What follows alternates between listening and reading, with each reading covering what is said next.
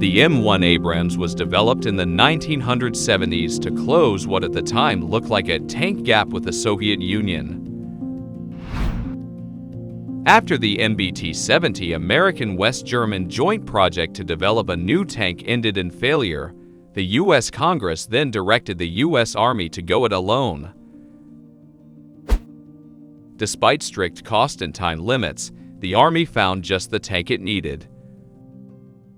Named for the late General Creighton Williams Abrams, former Army Chief of Staff and Commander of the 37th Armored Battalion, the M1 Abrams main battle tank, MBT, became the backbone of the armored forces of the United States military when it was introduced in 1980.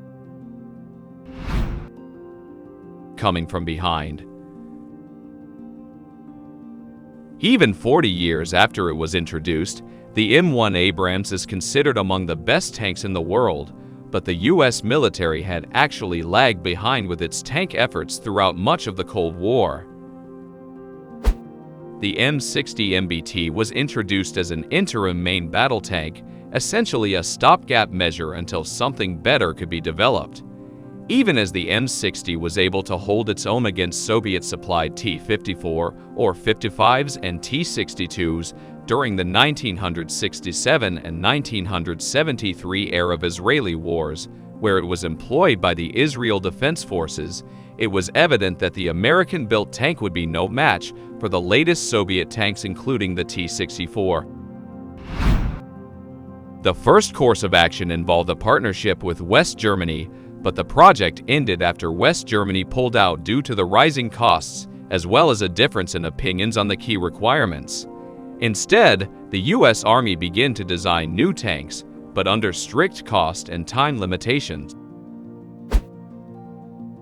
Such parameters don't usually result in a superior platform, yet it resulted in a third-generation post-World War II MBT that was a major leap forward. Designed by Chrysler Defense, now General Dynamics Land Systems, the XN1 was developed to provide more mobile firepower for armored formations, but also to be able to confront and destroy any opposition that came at it. The tank was also able to ensure the protection of its crew in nearly any conceivable combat situation or environment. It proved to be more than capable to engage the enemy in any weather condition, day or night, and while there were some learning curves and bumps in the road, the M1 Abrams has more than lived up to the expectations when it was finally employed in combat. In fact, it is widely forgotten that the tank had been in service with the U.S. military for more than a decade, but it was essentially untested in combat. That changed when the M1 Abrams charged into action against Soviet-era tanks employed by Iraq during the Gulf War in 1991.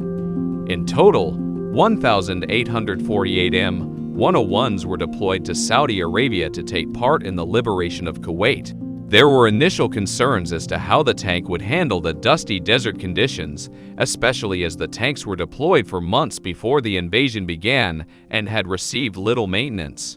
However, the Abrams proved superior to the Soviet-era T-55, T-62, and even T-72 tanks. During the war, just 18 Abrams tanks were taken out of service due to battle damage, and only 9 were permanent losses, a tiny fraction of what Iraqi forces lost.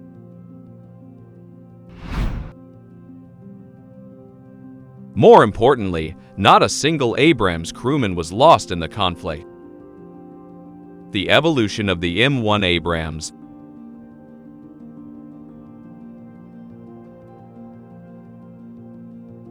As originally designed, the M1 Abrams were 32.04 feet in length and 12 feet wide and weighed 60 tons. The tank had a top speed of 4 to 5 miles per hour, speedier than previous American tanks.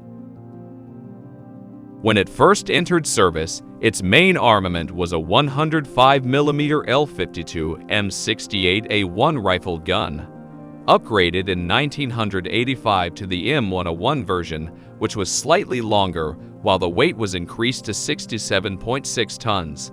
The tank was armed with a far more powerful 120mm L44 M256A1 smoothbore gun. Additional enhancements included an improved suspension, increased armor protection, and even a nuclear chemical biological protection system. This added weight did reduce the top speed to 41.5 miles per hour, but the tank still proved superior to anything that rolled at it. The Abrams tank was updated again in the 1990s as the M1A2, which included the addition of a commander's independent thermal viewer, improved weapon station and embedded diagnostics, as well as improved fire control system. While the Abrams is showing its age, in the past 40 years, it has remained the best American tank, and it could be a truly hard act to follow.